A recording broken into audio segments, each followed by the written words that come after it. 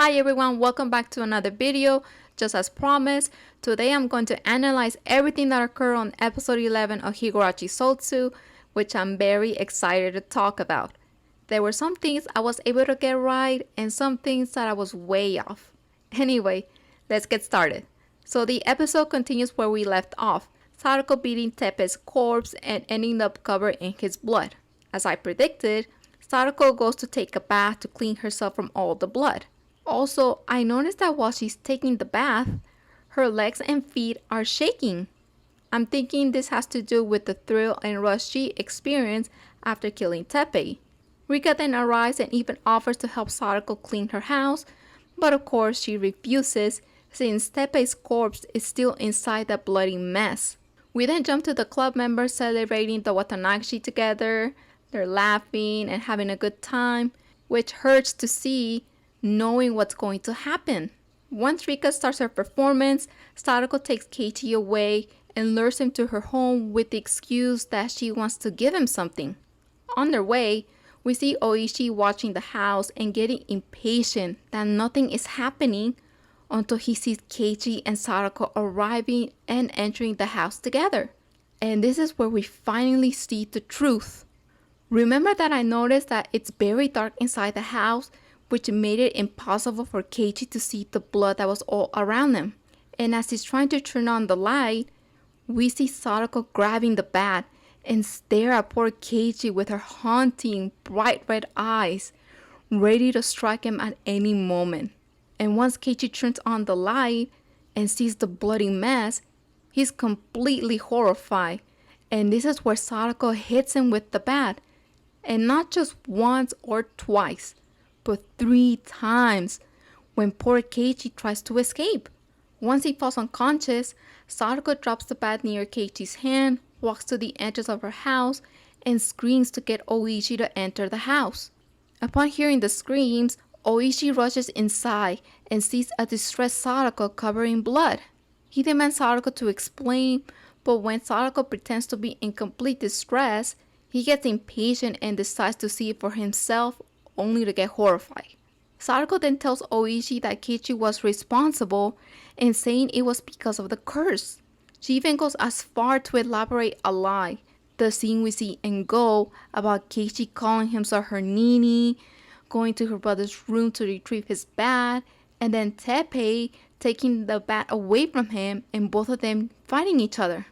This twist was so cool because we were lied about what exactly happened here in Higurashi Go, but now we're seeing the lie. To make even Oichi more suspicious, she says that Rika ordered Keiichi to do this, which explains why Oishi was blaming Rika when he goes out there to kill her. And as the tragedy begins, we see Ewa calmly drinking some tea as she's watching this. We also see Satoko making her way to the festival, and she's already hearing the commotion Oishi is creating.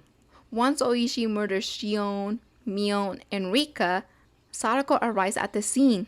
Rena of course wants Satoko to stay back, but only to shock Rena with her new cocky demeanor. And this is where things get very, very interesting. Despite being in the last stages of the Hinamizawa syndrome, Oishi figures out that Satoko is the mastermind behind the curse. Satoko is even proud, like, oh, you figure it out, and then shoots him. She then proceeds to shoot Rika to make sure that she's truly dead, traumatizing poor Rena who's watching this horror scene. After seeing Satoko shoot Oishi, then Rika, and finally herself, it explains why Rena was so traumatized when she was talking to Keiichi in Higurashi Go. Also, this explains why Keiichi couldn't remember what happened that night. When a memory is just so traumatizing and horrific, your mind is going to automatically shield you by putting that terrible memory in a dormant state, which makes it very difficult to remember. One thing that I noticed about this scene is that Satoko is getting extremely cocky. She doesn't even hide the fact that she's looping and her plans to keep Rika trapped in Hinamizawa as Rena is hearing all of this. If I recall correctly, Satoko mentioned that she noticed people recalling old fragments, which makes me believe This is going to bite her soon or later. The last scene of this episode is quite interesting. We see Ewa taunting Hanyu about her inability to do anything and calling her a failure as Hanyu seems to be praying or chanting something quietly and then opening her eyes soon after. Once we finish with Tatarayakashi Hen, we learn the name for the new answer arc, which is Kagurashi Hen, or God Entertaining Arc, which is a perfect title for the upcoming arc, knowing just how gruesome and disturbing it is. Also, being called Kagurashi clearly means that Ewa is going to have the time of her life seeing all these horrible upcoming tragedies. However, there's something interesting about the name Kagura and Shi.